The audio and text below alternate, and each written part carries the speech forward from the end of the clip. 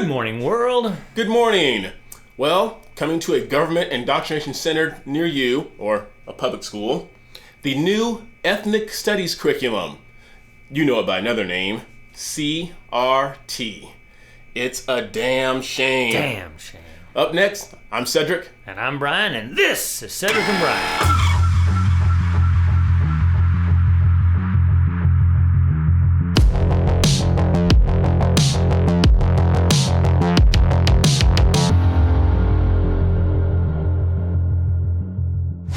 All right, welcome back, ladies and gentlemen. Yes, we're going to piggyback on CRT again, and just when we thought it couldn't get any worse, a school district in Northern California, Hayward, has decided to introduce ethnic studies curriculum into the school this year. Well, that sounds good. Yeah, ethnic studies curriculum, history, things like that. I think it's awesome. Everybody should learn it.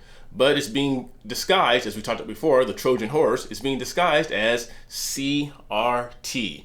And here's the scary part. It is starting in preschool, going on through middle school and on through high school. And not this year, but in year 2022 to 2023, it's going to be a graduation requirement.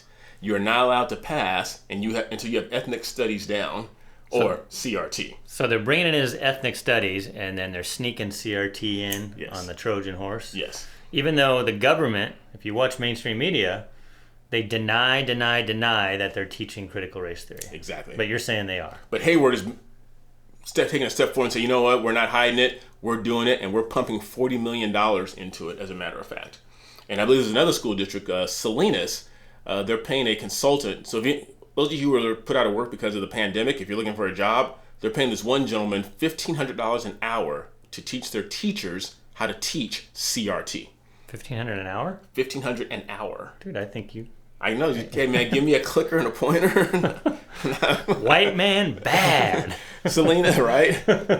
Like, white man bad. Any questions? All right. Take a 10-minute break and come back and we'll wrap it up. I'll read this quick article from the New York Post. It says, ethnic studies is the interdisciplinary study of race and ethnicity as understood through the perspective of major underrepresented racial groups in the United States. So it's focused on those groups who are underrepresented. So they get to lead the study. And I just want to ask a question, because I know I'm always, cast as the oppressor, but I have Jewish heritage. We're a very small minority. Aren't we underrepresented? Yes, and that was brought up, I think it was Salinas or San Diego school district, which is bringing it to their school district at the end of the summer. San Diego used to be the bastion of hope in this state. I know. And I believe the Jewish center there actually brought that up and said, this is going to create a lot of havoc with our Jewish students who are going to be marginalized and picked on, and it's going to go bad. This is going to create a lot of nonsense. But it says it didn't include Jewish people, but it included, these were listed as African Americans. Have you been to Africa? They put Latinx. No, I've not been to Africa.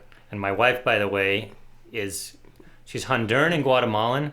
She hates that term Latinx. Yeah. She'll never use it. Yeah. So it's forced upon people that don't even want it. African Americans, Latinx, Asian Americans, and Native Americans, indigenous peoples, as well as Pacific Islanders and Arab Americans. It says the discipline contends with racism. Was Persian in there? No. It's not. But it says this discipline... So they're white? Sorry, I keep interrupting you. Sorry? So are Persians then considered white? Because they're not included, right? They weren't included in this, but I'm sure they can be added later. I'm sure this is going to be a very fluid document that you can add and subtract as you see fit, because it's kind of like Kamala Harris. I mean, you can be whatever you want to be whenever it feels the need. Are Indians in there? From India? No. Oh. Nope. So Kamala's only half oppressed? Right. But this discipline contends with racism, white supremacy, culture, anti-blackness, and nation within nation relationships. This is a damn shame. This is a damn shame. But the scary part is, and Brian threw this into my lap the other day and said, we should talk about this. I said, okay, sounds good, let's talk about it. So I started looking it up, and I started doing some research, and I said, wow, they're starting this in preschool. So young parents, if you're putting your kids in preschool this year, this is what they're going to study. And I used to think back to my preschool days, there are certain books that were read to me that I just loved. You guys remember those certain books. One of my favorite books, and Brian can put it up here, you can glance at my phone real quick, was the story of Corduroy. You guys remember Corduroy? Do you remember the story? I don't. He was the little bear. He was in the store, and because he was faulty, he had a little button that was missed from his trousers, and therefore no one would buy him. Until one day a little girl named Lisa came by and said, "Mommy, I really want that bear." His mom said, "No, honey, he's faulty. We can get something else." But she stood firm, and when the store lights closed, this is before the movie Toy Story came out, when the store lights closed, Corduroy got up out of his perch, and he walked around looking for buttons. He would go to the furniture section and pull buttons off of that, and it just wouldn't work. At the end of the story, Lisa buys Corduroy, and he has a home. Now, the story is a story of hope. Corduroy finds hope, and that's what teaches kids. And then that you're not going to be marginalized because you look different. And I thought that was a great way to show that. Not in today's preschool books. Now we got a whole new slew of books coming out, and I didn't show Brian these books yet because I wanted him to be just as shocked as I was. Here's the first book that's going to be out here. A kid's book about racism. And this is by Jelani Memory, and it says, "Yes, this really is a kid's book about racism. Inside you'll find a clear description of what racism is," because I don't even know what it is. But in this book, in this children's book, you're going to find a clear description of what racism is, how it makes people feel when they experience it, and how to spot it when it happens. This is one conversation that's never too early to start. And this book was written to be an introduction for kids on the topic. This is just an introduction in the kindergarten. This is just an introduction. And a little about not finger painting or ABC. Not finger painting or ABC, taking naps, things like that. Let's learn about racism. And here's a quick little blurb about the author. Jelani Memory is an African-American entrepreneur, thinker, and constant learner. Those are his qualifications. Guess where he lives? Where? He lives in Portland, Oregon. Oh, that makes sense. California's stupid cousin, with his wife and 6 kids. And he still wants to be an artist when he grows up. So he hasn't grown up yet. So he wants to be an artist when he grows up. The thinker. Yes. There's another book it was funny, and this is, and I looked these up. I didn't believe it. I think I looked up the top 10 preschool books, and these popped up. This next book is called Hookers and Blow.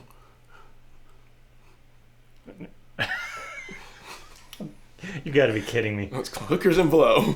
They're not teaching that at school. They are teaching this in school. Hookers and Blow. Now, here's the thing. Hookers is the tow truck. So I guess it's in a Midwestern area where it snows a lot. So Hookers is the tow truck and helps pull cars out of, snow drifts and stuff like that. And Blow is the snow blower who also clears the streets. I can see that from the picture. I know, but their names. So Hookers and Blow will be saving Christmas. That's a satirical site, right? That's what I thought. You're kidding. These are books that you can go on to Amazon today if you want, and you can buy them. Now, here's the scary part. I don't know if these are going to be read in the classroom or not, but these are what are classified as... Who's the author of that one? This is, who is this? Written and illustrated by Monty C. Poppin. You guys are going to have to look that up. Look it up. I have to call BS on that one. No, I looked this all up. And here's another book here for you. The next one is The Night Dad Went to Jail. And here you can see the sad little bunny rabbit. I guess he's reminiscing about Dad and why Dad went to jail, and he's very sad. Now I'm thinking, if this was a chapter book, I mean, what are they going to put in there? Like, chapter 1, how to put money on Dad's books. Because that's an important trait to have. You got to go in there and put money on Dad's books.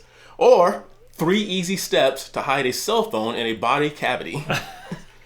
Because Dad needs a cell phone, because sometimes Dad can only make calls once a week. Holy like this. Crap.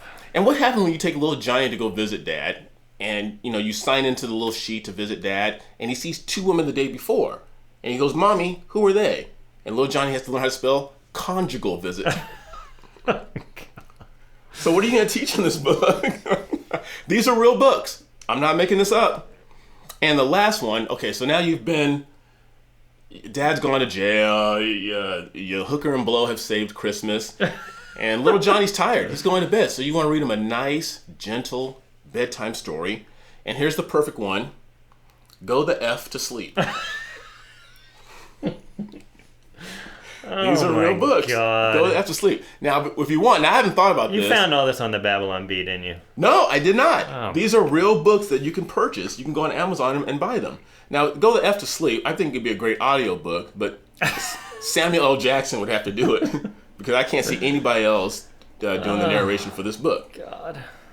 But me and Brian were laughing to keep from crying because once you start reading these, and there's like a list of like 20 of the books that I could have gone through that I chose not to, because at first I thought about texting Brian. I said, no, I just want him to be as shocked as you were when I just revealed them to you.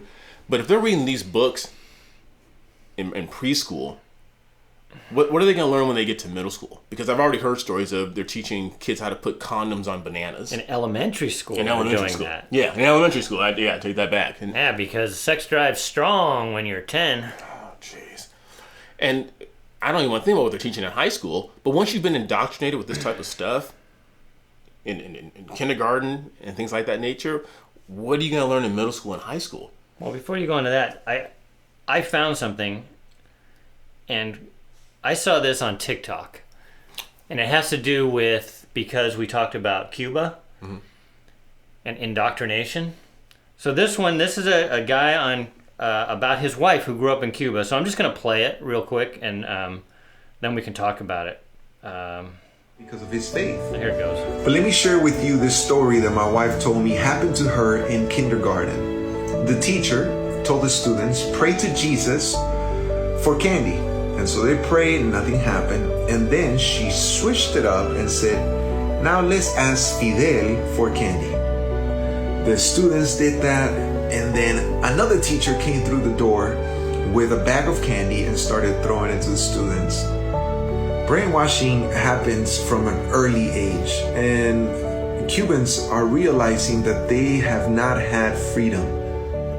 There are many. So the reason I tied that in is because, like he just talked about, they're going to bring this, what do they call it? Ethnic studies? That's what they're disguising. Ethnic studies curriculum. And so they're disguising this critical race theory as ethnic studies. At such a young age, like this guy said, in Cuba, they would, for those of you who don't know, the communist governments around the world, and Cuba was no different, they jailed people for having religion. So if you were an open Christian, they would find a way to put you in jail. Well, they figured that the optics of that aren't good, so let's just brainwash the kids. Yeah. So, you put this false narrative out there, oh, kids, pray for candy, and when it doesn't come, and you say, well, now pray to Fidel Castro, and then they bring it, now you can brainwash these kids into saying, oh, the almighty government is who I should pray to. Right. Telling people that they're white people are oppressors when they're in kindergarten, now they can grow up and you don't have to have all this controversy like there is now, because these kids will just grow up knowing that the white person is the oppressor. Right. Exactly. And there was a good video I saw of a black guy at a school saying, my wife is white and you're teaching my daughter that she's the oppressor. Right. Right. What do you do with that? The first book, a kid's book about racism that I showed you guys by Jelani Memory, he's biracial. He said that his dad is black and his mom is white, but he's oppressed. He's going to teach that now. He's going to teach it. Did he have a falling out with his white parents? Or what? I was going to say. You know what? Some of these people I think they have good intentions. But it's this whole utopian mindset. And that's why socialism, Marxism seems like a good idea, but it's not reality, because what you do is you end up hurting the majority for the minority. And of course we don't want to hurt the minority for the majority, so then you teach history. And what we were taught is that there was slavery and it was real bad, and that's what we were taught. But we weren't taught, because 200 years ago slavery was bad, the white kid next to you is oppressing you. Right. We weren't taught that. Right. And Cuba is a prime example of that. Socialism and communism does not work. It doesn't work. It doesn't work there. It doesn't work in Venezuela. Have any expat Venezuelan talk to you that's escaped to here? Right. Nicaragua. Yeah. And me and Brian's biz, we try and be like all-encompassing and do worldly events. This hits us hard because it's starting right here in our home state of California. And I believe September 14th, I'm going to bring this up really quick, is the recall election for our governor. we normally don't promote a lot of people, but for those of you who don't know who Larry Elder is, check this man out. Go to the polls on September 14th. Larry Elder is the man, the sage of South Central. I hope. And he's been taking arrows for 20 plus years, being called. In fact, he did the movie we watched called Uncle Tom. He's been called every name in the book. He can take it. He's got thick skin. And so he's going to be in the most blue state in the country, running as a Republican for governor. And for those of you watching this that are from California, look up Larry and see if you can help him out. Yeah, and Caitlyn Jenner, Larry Elder, and I think there's another one. The last name is Cox, C-O-X. They said that if they got elected into office, they're going to cut out the CRT stuff immediately. So we can't have this stuff infiltrating our school systems and indoctrinating our kids and brainwashing our kids. We can't have that. But I trust Larry the most because Larry actually, despite what everybody says about him, he is about bringing everybody to the table and not teaching this divisive critical race theory stuff. And he's been preaching this long before this hit the mainstream media. Right, exactly. So we just wanted to share that with you today. It's kind of eye-opening. And I think we need to get trained because $1,500 an hour. Right? That's not a bad wage. To teach racism, my heart wouldn't be into it. They would see, they'd see right through me. I don't know. That guy with the book he had biracial parents and he's selling it. Damn shame. It's a damn shame. Damn shame. And obviously we know these people are a bunch of charlatans because he talked about Patrice Cullors. Yeah. The Marxist who just bought a mansion in Beverly Hills or something. Yeah. Well, she stepped down. There's too much heat. Yeah. Well, step down or not, it just exposes them. Expose them to the light. That's why I think teaching about all of history is the right thing to do because then you learn about the KKK, Democrats. Right. You learn about Jim Crow, Democrats. Right. It's funny how they've indoctrinated these kids at such a young age that they think that the Republicans were the party of the KKK and Jim Crow. Right. They weren't. Republicans aren't perfect. We know we get a lot of that. But you're looking at the party that started the KKK and Jim Crow, and slaves were ultimately freed by Republican president and Abraham Lincoln. Yep. Study your history. First Republican, Abraham Lincoln. But just our words to parents out there: if you have no choice and you have to put your kids in public school, or as we call them, government indoctrination centers, be aware of what's going on. If you don't have any other option and you have to put them in there, you need to go to your next school board meeting and say, you know what, if this stuff is going on, just like we did with the Zoom meetings back in March of 2020 when everything shut down, we need cameras in the classroom. You have every right with your tax dollars to know what's being taught in the classroom. And if a teacher is afraid if a teacher refutes that and says, no, we don't want parents listening in, that has to make you really think, like, what are they teaching that they don't want you to hear? I know. Of course, they all want police to wear body cams. Right. Which is good because it works for both. So it protects the police officer when he doesn't do anything wrong and he gets accused. And if he does, it exposes him. Well, we should have the same thing for teachers. And I don't want to wear body cams. They should just have, like Zoom, have one camera that's on the front of the classroom so you don't see any of the kids and see what the teachers teach. And for those of you out there that our kids are already out of, they've already graduated high school and they've moved on. You need to go to your school boards and be a voice because the people on the left are the loudest voices. Even though they're the minority, the people that are this radical are the minority. And I don't mean minority in skin color. I mean their philosophy is the minority, but they have such a big megaphone, just like the BLM riots, that the mainstream media just amplifies it. You need to put your voice out there. Still have kids, get to those meetings, and if you can't pull your kids out, then make a change at the school. Yeah. If you can, and that's why we always talk about vouchers, because then you have a choice. But if you can't do that, make your voices heard or homeschool. Right. We can do one or two things now. We can go on to the comment, but you want to talk about the video comments. Oh, yeah. So before we go to our written comment, we want to see more video comments, so I'm going to help you out here. So what I want you to do is you're going to email cedricandbrian@gmail.com, but don't send the video in the email. What you do, and it's free, you have a Google Drive account. So you can just set up a free Google Drive account. You have to have a Gmail account. You upload your video to that Google Drive, and then you share that to cedricandbrian@gmail.com. That way we don't have the limit of the size, because you can only email up to 20 megabytes or something like that. But videos get very big very fast. Upload it to a drive, and if you want to you can share also with some of the other video sharing things. So upload it to whatever you want, but Google Drive is real easy, and then just share that video with us, and then we can show it right here. Right. And going back to what I said earlier, I totally forgot this, that book by Jelani Memory, the racism book. There's a small video where he actually reads the book, so I'm not making this up. We'll put that link in the description box, so if you can stomach it, you will not. You can take a listen to it for yourself. Let's hop into our comment for the day. And I believe this is from. This is from our CRT video, I think. Okay. Way back then, still getting a lot of heat there, but it's from a person called There's Hope. Goes on to say, hey, they must have listened to your last my country accent. There's hope. He says, we need to back off the racist gas pedal. We have lost our collective minds when it comes to race. I call it hysteria, but I believe it is more than that. It is being injected intentionally to divide us. I don't think the regular people spewing the nonsense necessarily understand the deeper problem with what they are doing. Unfortunately, so many of us are just useful idiots. There's hope. We agree with you, and I agree with your name, your moniker. There is hope. But like Brian said about a couple minutes ago, we can't be quiet. We can't be silent. We have to make our voice just as strong.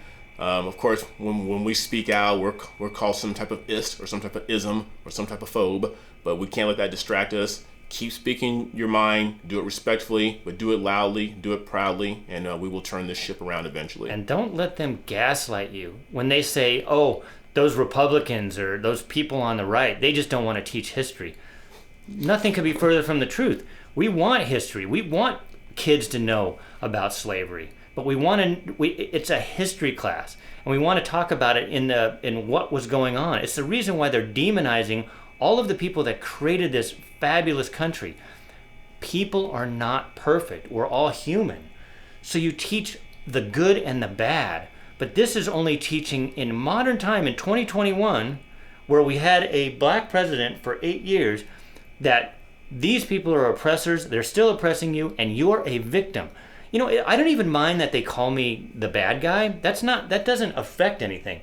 But when they call him a victim, and you tell all these kids that they're poor little victims, that mentality, that mental state will destroy you. And it's not just about black, it's about the whole minority community. If you portray them as victims, you just set them up for failure. Yeah. Well, hope you guys enjoyed that video, and we appreciate all of you watching our videos. At the release of this, we are inching closer and closer to 10,000. The reason I keep bringing that up, that's just a huge barometer for any YouTube content creator. It's just a huge benchmark for us, so we're excited about it. Yeah, you got to have these climbing things, and then next will be 100,000. But anyway, we appreciate you a lot. Make sure you like, make sure you subscribe, make sure you ring that bell, and please share our videos with everyone you know. And in the meantime, please be good to each other. Until next time, I'm Cedric. I'm Brian. See you later.